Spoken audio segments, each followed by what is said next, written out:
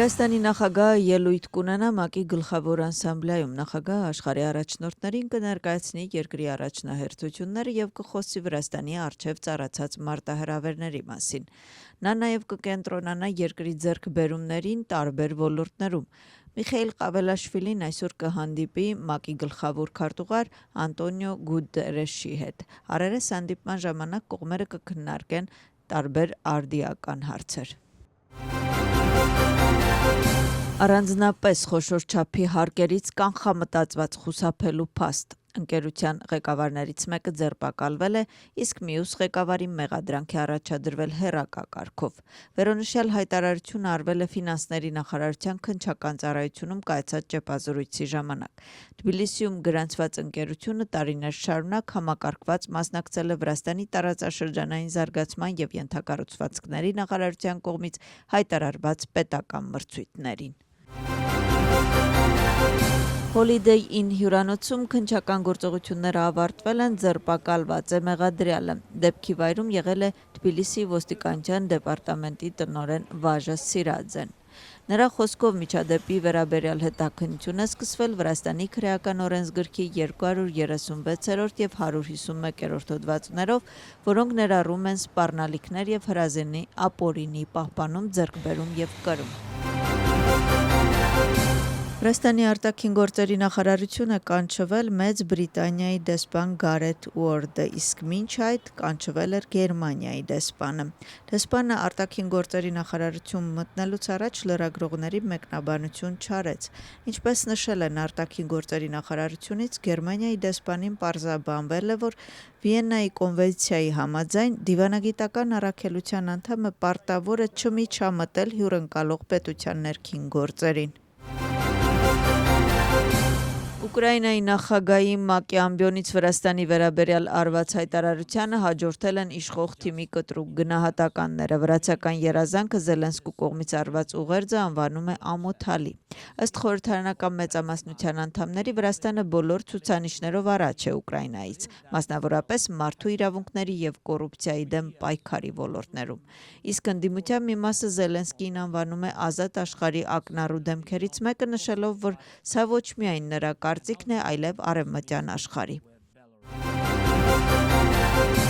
Ֆրանսիայի նախկին նախագահ Նիկոլա Սարկոզին դատապարտվեց 5 տարի ազատազրկման եւ պարտավորվեց վճարել նաեւ 100,000 եվրո տուգանք։ Սարկոզիի բանտարկությունը տեղի ունեցել այն բանից հետո, երբ Փարիզի դատարանը նրան մեղավոր է ճանաչել 2007 թվականի նախագահական քարոզարշավի ժամանակ հանցավոր դավադրության մեջ մասնակցության մեղադրանքով։ Ըստ լրատվամիջոցների, դատախազները սկզբում Սարկոզի համար պահանջել են 7 տարի ազատազրկում։ Սարկոզին պնդում է, որ գործը քաղաքական դրդապատճառներ ունի։ Սարկոզին, որը Ֆրանսիայի նախագահ էր 2007-ից 2012 թվականներին, Փարիզի դատարանի կողմից արդարացվեց մնացած բոլոր մեղադրանքներով, այդ թվում կոռուպցիայի եւ Ֆրանսիայում քարոզարշավի անօրինական ֆինանսավորման մեղադրանքով։ Օգոստոսի դրությամբ միջազգային արժութային պահուստների ծավալը կազմել է 5 միլիարդ 200 միլիոն դոլար։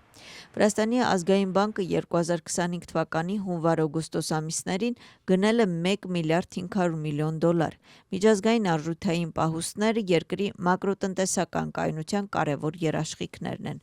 Ազգային բանկը նշում է, որ ՍԻԲԵ-ի մեծացնում է երկրի միջազգային պահուստները, երբ շուկան թույլ է տալիս։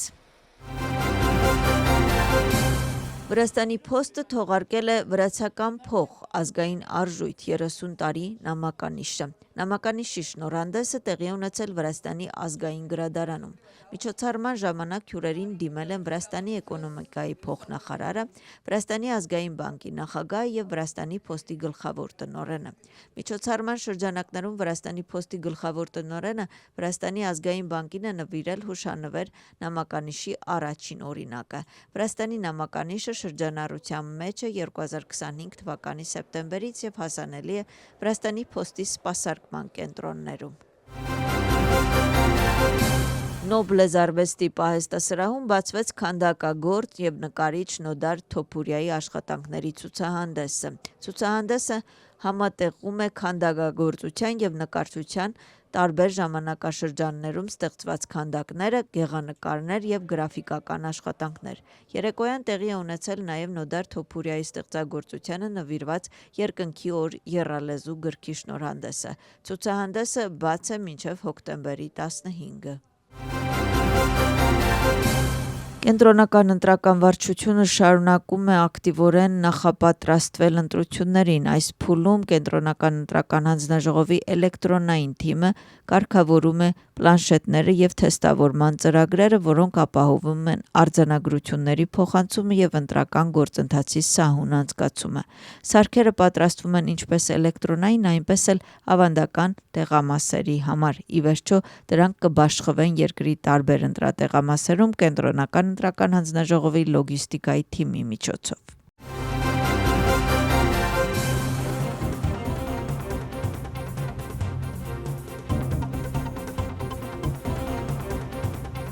«2025 թվականի հոկտեմբերի 4-ին կանցկացվի քաղաքապետարանի մարմինների ընտրություններ։ Այս օրը Վրաստանի քաղաքացիները կընտրեն 5 ինքնակառավարվող քաղաքների եւ 59 ինքնակառավարվող համայնքների քաղաքապետեր, Թբիլիսիի եւ 63 քաղաքային խորհրդի անդամներ։ Ընտրողների գրեթե 90%-ը կրկին կքվեարկի օգտագործելով ընտրական տեխնոլոգիաները։ Ընտրատեղամասում ընտրողը կստանա 1 քվեաթերթիկ, որը բաժանված կլինի 3 սյուների։ Ընտրողը պետք է գունավորի իր ընտրությունը համապատասխան սյունակում միայն 1 ընտրական սուբյեկտի առջև գտնվող շրջանագծի ներքին տարածությունը։ Արի ընտրությունների։ Կատարիր ընտրություն։ Քո ձայնը կարևոր է։